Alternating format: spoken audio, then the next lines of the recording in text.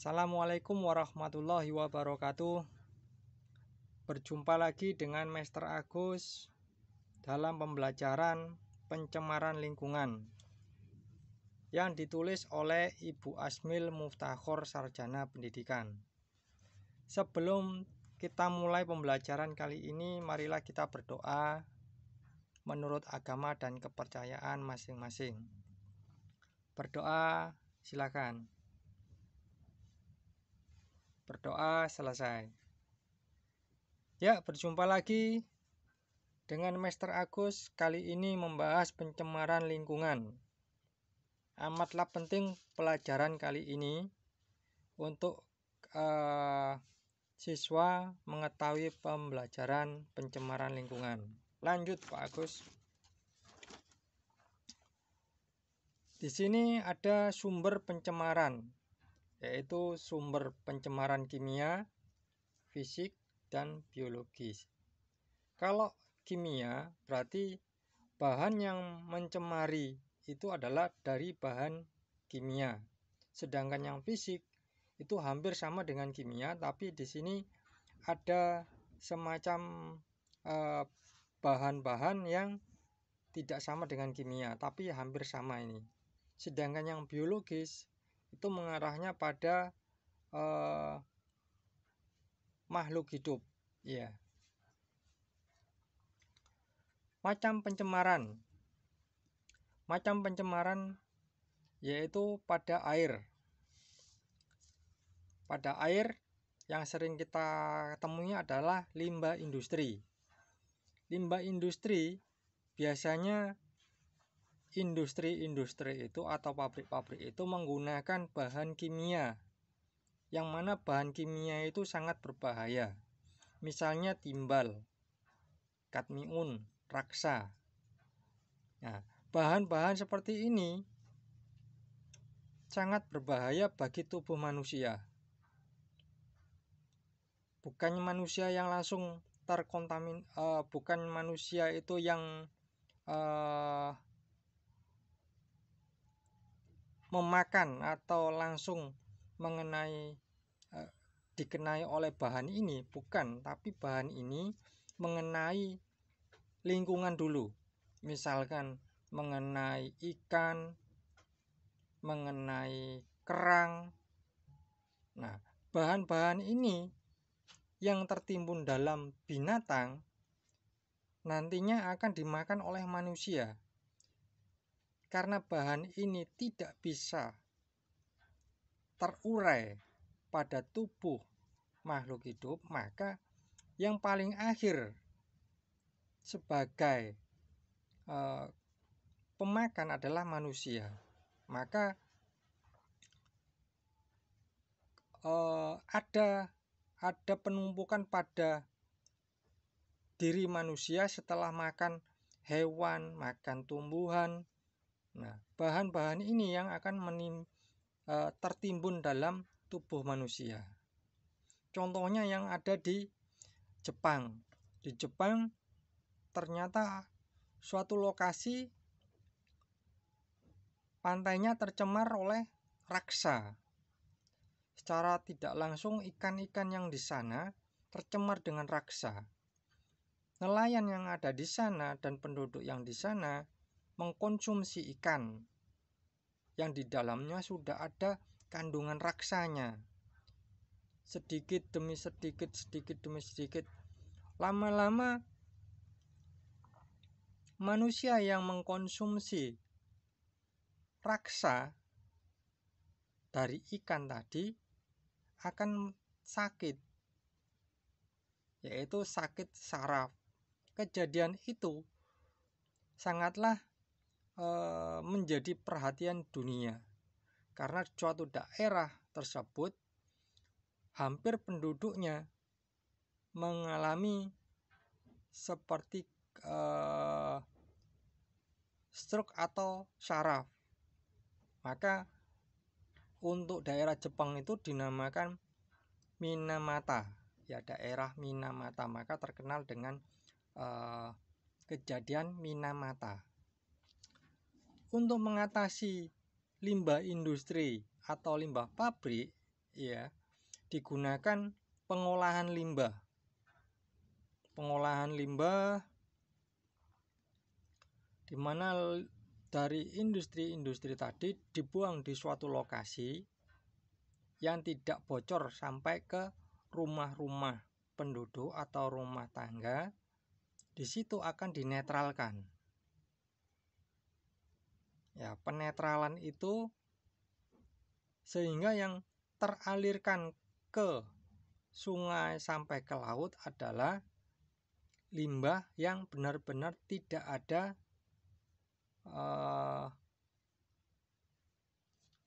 kandungan pencemaran ini atau pencemaran yang lain, ya.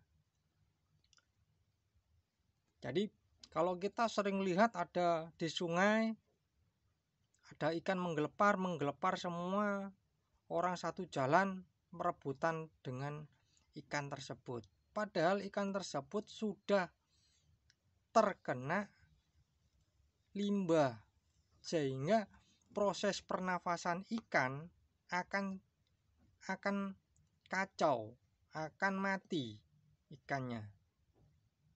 Bagaimana kalau ikan yang menggelepar tadi kita konsumsi? Berarti kita mengkonsumsi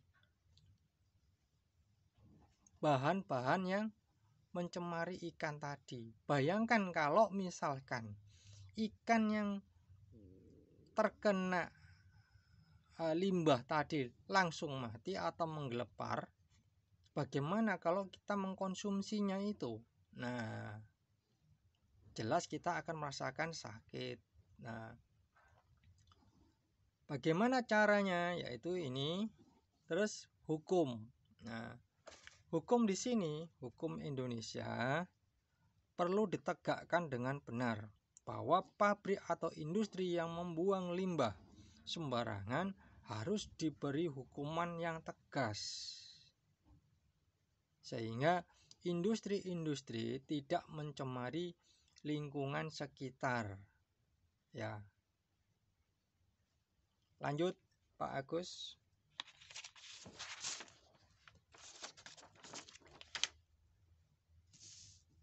Limbah pertanian. Apakah pertanian juga ada limbahnya? Iya. Bagaimana kalau kita mempunyai insektisida? Insektisida itu adalah bahan pembunuh hewan atau serangga, insektisida. Ya, saya terangkan di sini sebentar.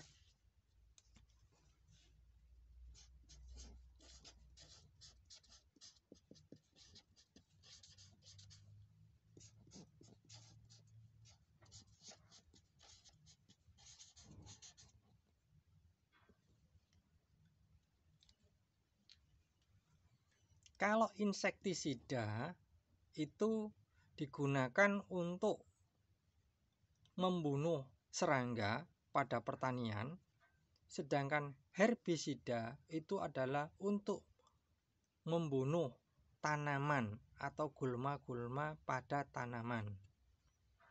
Misalkan kalau insektisida ada lalat terus ulat. Nah, dia disemprot dengan memakai yang ini, insektisida. Sedangkan kalau herbisida, kalau misalkan kita menanam tanaman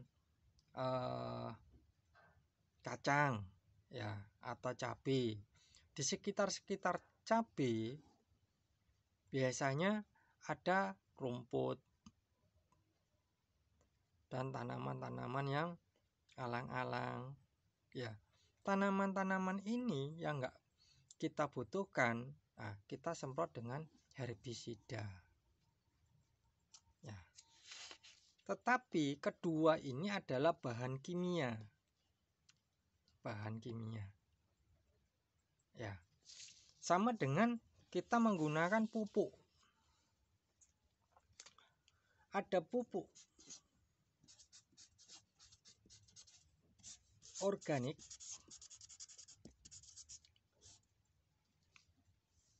kimia. Nah, di sini pupuk itu organik, artinya pupuk itu terbuat dari bahan tanaman atau hewan yang dari makhluk hidup. Untuk yang kimia itu adalah bahan-bahan kimia yang dicampur supaya bisa menyuburkan tanam, bahan kimia. Nah, ya. Apa efeknya? Kalau organik langsung bisa terurai. Ya, sedangkan yang kimia itu masih melalui beberapa tahapan. Misalkan di sini ada eutrofikasi, di mana eutrofikasi ini adalah penggunaan pupuk yang berlebihan, sehingga pupuk yang berlebihan tadi menyuburkan tanaman-tanaman yang ada di atas air.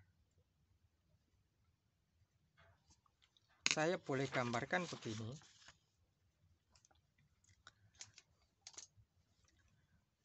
Kalau di sini ada tanaman,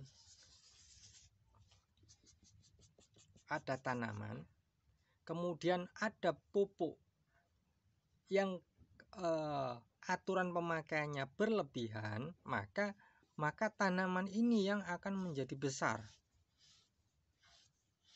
Padahal saya tidak memupuk tanaman ini. Ya, ini tambah besar. Akhirnya tertutup semua. Cahaya sinar matahari yang ada di sini tidak bisa menembus sampai ke dasar. Tidak bisa. Sehingga hanya di sini saja. Karena dia terhalangi oleh tanaman ini. Ya. Bagaimana dengan fitoplankton, zooplankton, fitoplankton? Ini adalah dua mikroorganisme yang dibutuhkan oleh makhluk hidup ini sebagai produsen. Ya, kalau dia tidak terkena sinar matahari, dia akan mati. Maka ini tanaman-tanaman yang menutupi area sinar matahari untuk tembus ke bawah, gara-gara penggunaan pupuk yang berlebihan akan menyebabkan kerusakan pada area di sekitar sini. Ya.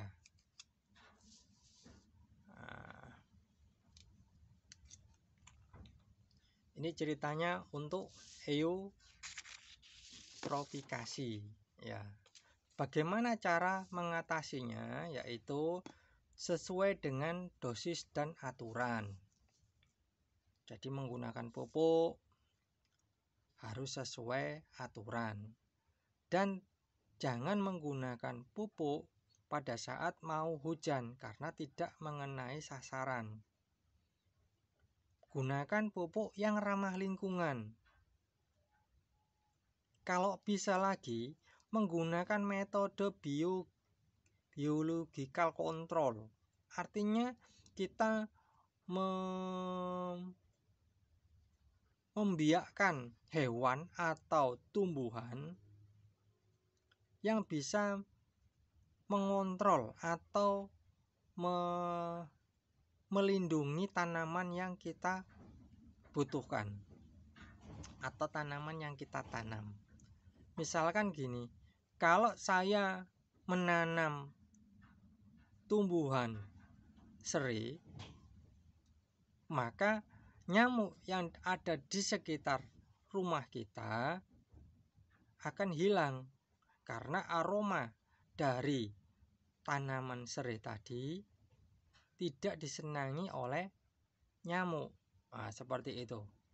Saya akan mengembangbiakkan semut pada tanaman mangga saya karena semut akan memakan ulat yang ada di pohon mangga saya. Nah, ini metodenya seperti ini.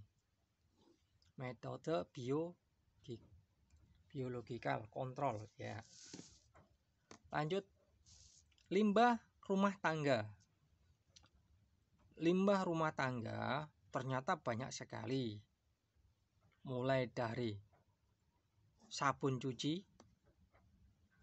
sampah, tas kresek. Nah, itu banyak. Jadi jangan dikira limbah rumah tangga yang berupa sabun cuci, sabun sejenis sabun cuci piring, sabun cuci baju. Nah, ini bisa merusak lingkungan. Ya, bisa mematikan dari zoologi dan fitoplankton tadi. Ya. Tas kresek. Nah, kalau tas kresek begini. Saya terangkan kembali untuk tas kresek karena banyak yang belum paham mengenai tas kresek. Tas kresek itu adalah bahan dari plastik.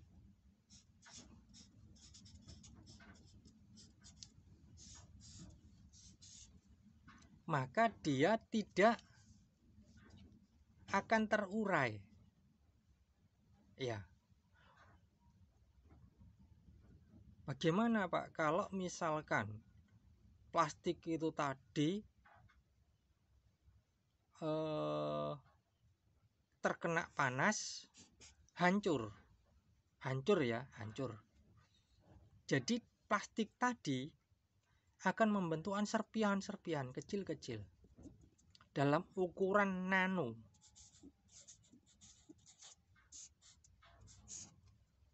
Ya. Plastik kecil ukuran nano ini kemudian dimakan oleh ikan.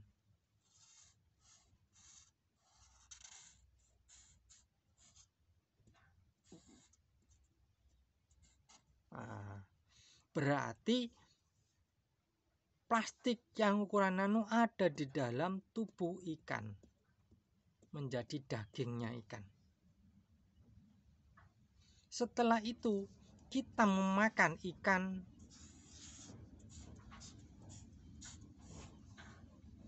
bagaimana dengan perut kita? Jelas perut kita akan terpenuhi oleh plastik-plastik dan daging kita akan terpenuhi dengan plastik-plastik. Ya. Maka untuk plastik, tas kresek jangan dibuang sembarangan. Nanti akhirnya kita yang akan kelabakan. Kenapa? Karena kita tidak akan mau mengkonsumsi ikan. Bagaimana kalau kita tidak mau mengkonsumsi ikan? Berarti otak kita yang cenderung rendah. Karena di dalam ikan ada kandungan untuk meningkatkan otak kita, yaitu omega. Ya. Lanjut, daur ulang sampah, yaitu daur ulang sampah. Limbah minyak. Nah, limbah minyak ini biasanya terjadi di rumah tangga maupun di laut untuk pengeboran minyak maupun pengangkutan kapal minyak yang tumpah di area laut. Ya. Intinya yang seperti tadi, ya. Intinya bahwa zooplankton dan fitoplankton itu memerlukan oksigen. Ya. Memerlukan oksigen, memerlukan cahaya, maka ini bisa berkembang.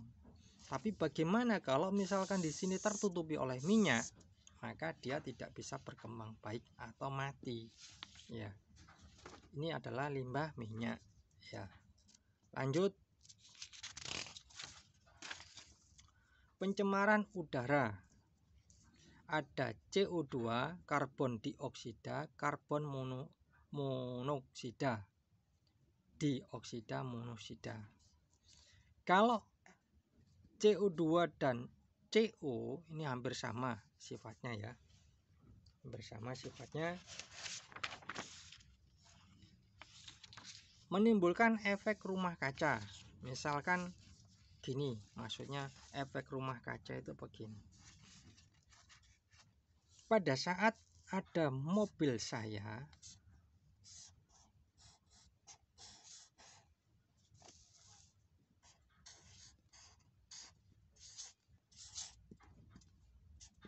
mengeluarkan asap, ya, maka asap ini naik ke atas.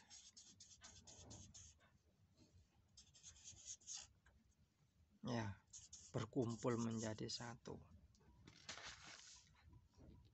Bagaimana kalau misalkan kalau kita melihat ada bumi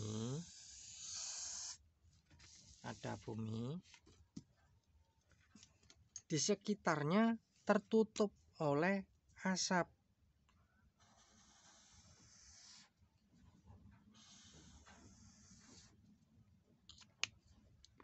Maka cahaya matahari tidak bisa menembus sampai ke bumi.